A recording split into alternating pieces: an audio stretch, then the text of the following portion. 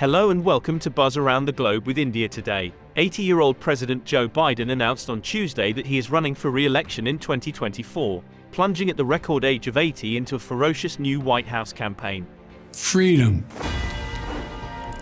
Biden announced his bid with a Twitter post saying, "Every generation has a moment where they have had to stand up for democracy. To stand up for their fundamental freedoms," along with this video. After a series of big legislative wins and momentous foreign policy struggles in his first 2 years in office, Biden has no real challenger from within the Democratic Party. But in a campaign that may result in a rematch of the 2020 election against Donald Trump, he is expected to face constant and fierce scrutiny over his age. 4 years following an unprecedentedly vast pool of presidential contenders, the 2024 election campaign is commencing with a lineup seemingly set to feature the same two aging individuals who competed in the previous general election, incumbent President Biden and ex-President Donald J. Trump.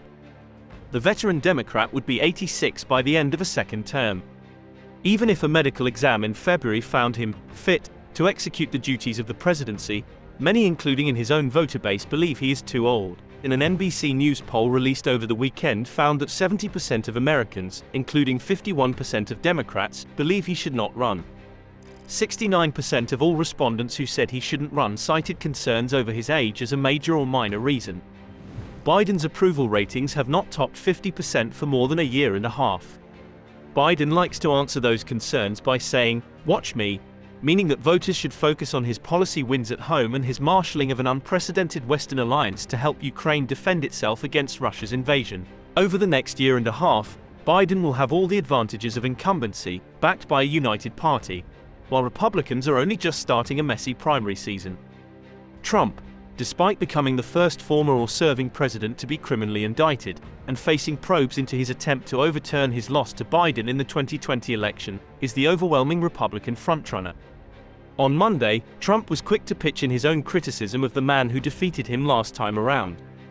With such a calamitous and failed presidency, it is almost inconceivable that Biden would even think of running for re-election, he said in a statement. The most likely Republican challenger to the 76-year-old Trump, Florida Governor Ron DeSantis, presents a similarly right-wing figure, though starkly younger at 44. Although we are still awaiting his announcement.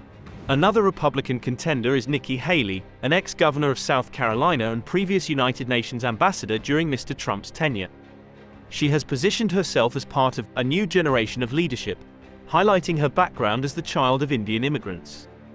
Long regarded as an ascending Republican luminary, Haley managed to sidestep certain extremes while retaining core support. However, her appeal within the party has waned due to her inconsistent support for Trump. Then there are other lies like Vivek Ramaswamy, a multimillionaire entrepreneur and author, describes himself as anti-woke, and has made a name for himself in right-wing circles by opposing corporate efforts to advance political, social and environmental causes. He has not held elected office before and, while known to a segment of conservatives, does not have the name recognition of most other candidates who have entered or are likely to enter the race. Another contender who is trying again is Marianne Williamson, an American author, spiritual leader, and activist. In 2014, Williamson ran as an independent candidate for California's 33rd congressional district but did not win the election.